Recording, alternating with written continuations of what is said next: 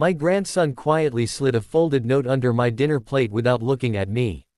At first, I thought it was another one of his little drawings. Then I opened it. 3 words were written in shaky pencil. Don't drink anything. My hand froze around the glass.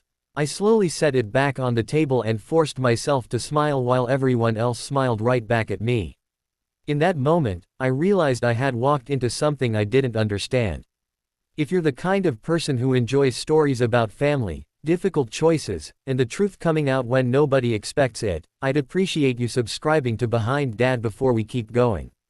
And one quick thing, every face, photo, background clip, and scene you see in this video is simply there to help bring this fictional story to life in your imagination. I had raised my son by myself after my wife passed away 22 years earlier. I worked double shifts, skipped vacations, and missed birthdays so he could have opportunities I never had. I believed every sacrifice was worth it the day he became successful. Or at least, I used to. That night, he invited me over to celebrate his promotion. His wife had cooked my favorite meal, and my grandson Ethan barely spoke. That wasn't like him. Normally, he'd be asking me to play catch or telling me about school. Instead, he kept staring at my glass whenever someone wasn't looking.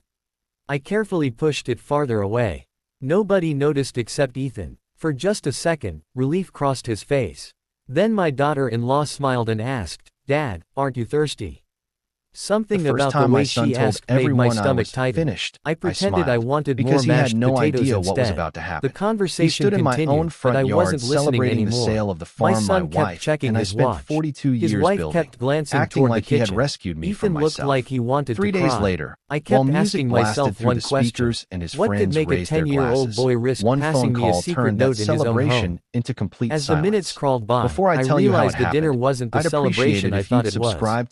It was the beginning of something much darker, and I had no idea whether my own family was trying to protect me or destroy me. I tried to act normal, but every instinct I had was screaming at me to leave. And I never imagined my own I son stayed. would become the I person needed to I know why trusted my the least. grandson had risked After my warning wife me. passed away, I picked up the my farm glass became my once, reason to held it wake near up my every lips, morning. then set it Every back fence down I after repaired pretending I reminded me smelled of her. something strange. Every sunrise over My those son fields laughed and carried a said, memory. "Dad, you're My getting son, picky in your Ryan, old age." saw something different. I forced out He a saw laugh, land worth but inside I millions. felt sick. He kept telling me I Ethan was wouldn't too look old at to me work. anymore. He'd say, His little hands were "Dad, shaking you're under the 72. table. Take I the gently money reached and over and enjoy what's squeezed his left." shoulder. But it wasn't For about one the second, money. our It was eyes about met. promises. He looked I terrified. promised my wife Then the I'd doorbell never let rang. strangers My pave over the daughter-in-law place jumped where up we so built our fast that family. she nearly knocked Then one over her afternoon, chair. Ryan "I'll walked get into my it," kitchen she with a said, folder her and a voice tighter smile than that before. didn't feel right. A He few said the seconds farm had later, already I been heard sold. unfamiliar He voices spoke like in the the hallway. decision belonged to him. 2 police At officers first, I stepped thought he into the was dining joking. room. Then he The placed smiles copies of disappeared documents from on the everyone's table. faces. My heart dropped. One officer He claimed he had politely asked handled if everything everything was because okay. I wasn't thinking Before clearly anyone anymore. answered, Ethan I stood stared up at so him, quickly that wondering his how chair the little crashed onto boy the I floor. once carried on my Through shoulders could tears, look me he in the pointed at eyes my and untouched steal glass. my future. "Please If don't someone you let loved Grandpa crossed a drink line it." like that, The room could went you ever forgive completely them? silent. I didn't yell. My son I looked didn't like argue. every drop I of blood simply had nodded left his face. and let him believe he had He won. couldn't even The speak. music was His loud wife enough covered to her shake mouth the and started windows. crying. People The danced in the officers barn where carefully my moved the wife used glass to away without organize letting family anyone dinners touch every it. Thanksgiving. One of them That hurt asked more than I everyone can to stay explain. where they were Ryan while another spotted me called for standing near the investigators. fence. He I raised couldn't his drink understand and what was shouted, happening. "Dad, My heart you was should be pounding so thanking me." hard I thought I People might laughed. pass out. I forced a smile. An officer A few turned to seconds Ethan later, and gently his phone rang. asked, He "Why answered did you without tell your thinking. grandpa I not to watched drink every it?" bit of color The boy disappear from looked his at his face. parents, He then stepped back away at from me. the crowd. I heard But the Mom and music Dad suddenly talking last stopped night. when He someone whispered. accidentally They said unplugged the after speakers. tonight, The Grandpa entire wouldn't party be a became problem so anymore. quiet that Those everyone words could hit hear me him harder saying, than anything "What I'd do you ever mean heard. the sale is I looked at frozen?" my own It was son, my attorney. hoping he would The deny county it. had been notified. He opened The his transfer mouth, was under but not a investigation. single word came The out. buyer had pulled I the kept funds. staring at my Fraud son, waiting investigators for him wanted to say it statements. was all some Every horrible document misunderstanding. connected to the sale had been Instead, flagged. he lowered Ryan his head. kept repeating, He looked like "There a has man to who be had some been mistake." carrying a secret There for so wasn't. long that it He had slowly finally looked toward become me. too heavy to For the hold. first time in years, One of he the looked officers scared. asked Guests everyone to began move into the whispering. living room Some while quietly another grabbed their carefully coats. collected the glass Others as avoided evidence. him completely. The Nobody people who had argued. praised him The an hour only sound earlier in the suddenly house was wanted Ethan nothing to do crying. with him. I wanted One to be businessman angry. walked straight I up to wanted to Ryan yell, and but demanded all to I know could think whether he about was the lied little during boy who had negotiations. just chosen his Another guest grandfather asked over if his the own police were parents. coming. Ryan The couldn't officer answer. gently He asked just my stood there son, holding a "Is there silent anything phone. you'd like to Watching tell him us?" finally He understand the rubbed weight his of what face he'd with done both didn't hands and make me whispered, happy. "It wasn't It made me supposed to happen incredibly like sad. this." Because no Those father words dreams felt of like seeing his another own knife in my child destroy chest. himself. My But the daughter-in-law hardest suddenly broke conversation down. was still waiting She for admitted us. they had been drowning in debt after several bad business decisions. Bills kept piling up, collection agencies were calling every day, and they were terrified of losing their home. Then they started talking about the life insurance policy I had mentioned years earlier. She insisted they never thought they would actually go through with it. But the officers reminded her that someone had prepared the drink. Nobody answered. Ethan slowly walked over to me and wrapped his arms around my waist. He was shaking so badly that I could barely hold him together. "I'm sorry, Grandpa," he whispered.